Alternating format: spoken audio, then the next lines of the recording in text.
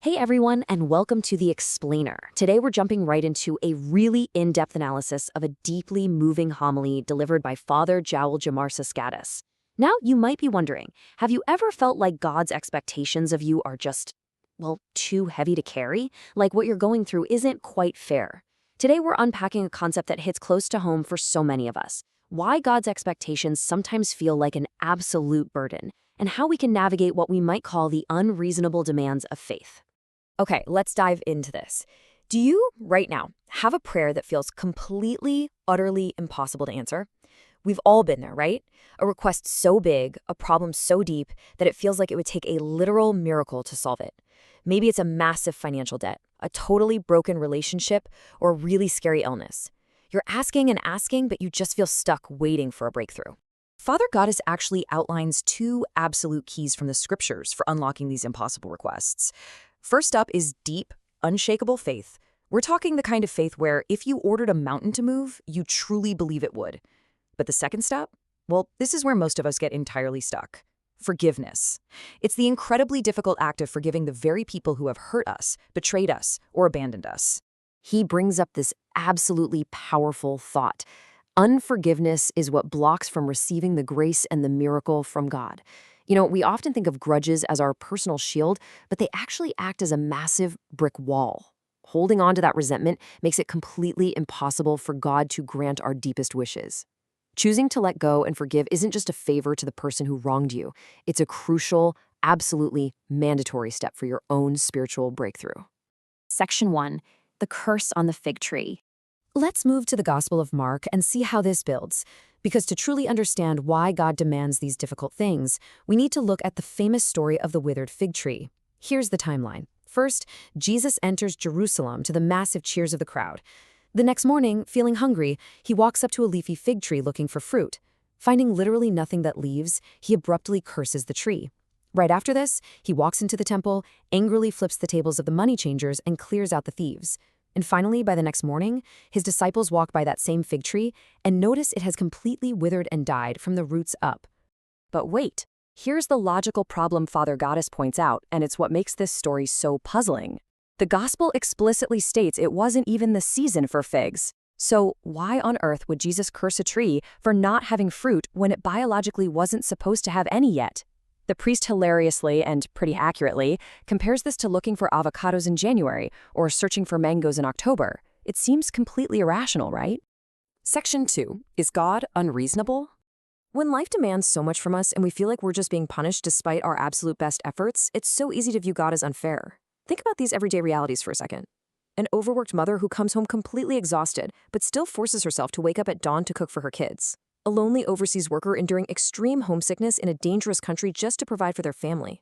A sick father forcing himself out of bed to go to work. A student barely surviving on 3 hours of sleep, juggling studies and a part-time job. Or a senior citizen who really should be resting in their twilight years but is raising their grandkids instead. Life often demands the heaviest sacrifices from those who are already doing their absolute best, and man, that can make everything feel so unfair. In the middle of all those struggles, we all know exactly what we want. We want instant blessings, convenience, and a comfortable life, for sure. We want the easy way out. But contrast that with what God often wants: pruning, correction, and sacrifice. Father Goddess explains that God frequently uses these deeply uncomfortable, seemingly unreasonable situations to wake us up from our complacency. We want the blessing right this second, but God knows we actually need the painful pruning first to be truly ready for it. Section 3. Outward Appearance versus Inner Reality. And this brilliantly illustrates the point with a very funny, culturally relatable anecdote. Picture this. It's a scorching hot day. You open the fridge and you spot a premium tub of ice cream. You grab a bowl, you're thrilled, but when you pull the lid off, no way. It's just leftover fish stew. The ice cream tub was basically just a deceptive container for leftovers. He compares this profound disappointment to hypocritical believers. The Sunday Christians, who display beautiful green leaves of holiness at church, but are completely toxic, angry, and empty on the inside when they go back home to their families. So, how do we fix this hypocrisy? We have to undergo spiritual pruning. It is the painful but totally necessary removal of toxic habits. It literally means actively stripping away pride so your family can heal. It means stopping the constant complaining at work so you can actually find a little joy. It means refusing to spread fake news and toxicity online. True faith requires a real conversion of character. God doesn't just want us to look holy on the outside like some leafy but barren tree. He wants us to actively clean out the temple of our everyday habits. As the homily so beautifully summarizes it, the greatest love will always require the greatest sacrifice. It's absolutely vital to remember that God's correction, that deeply painful pruning process, is not a punishment. It is an act of profound love.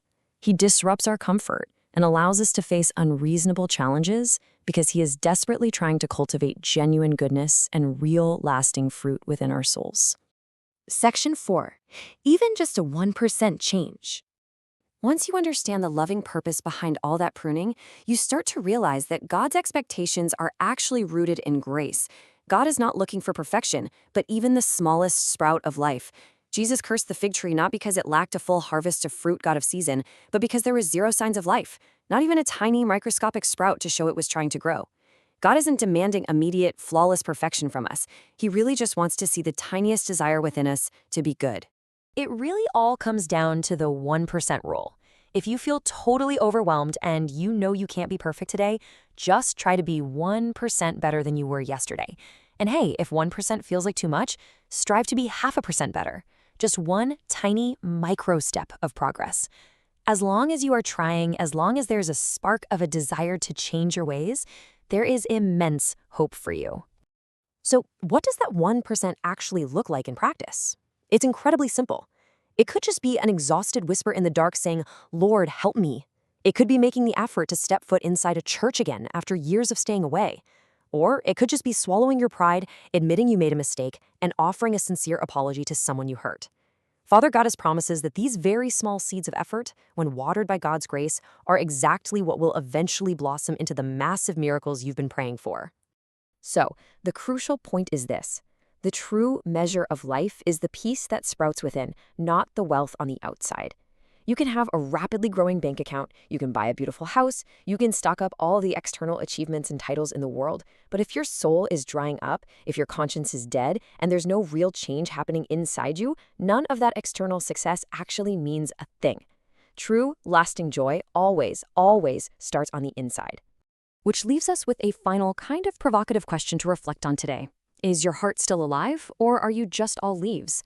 Take a moment today to look past your own outward appearance. Ask yourself honestly if you are truly bearing fruit in how you treat others, or if maybe it's time to let God do some necessary pruning. Thank you so much for joining me for this explainer. I hope this brought you some real clarity today, and I will catch you on the next one.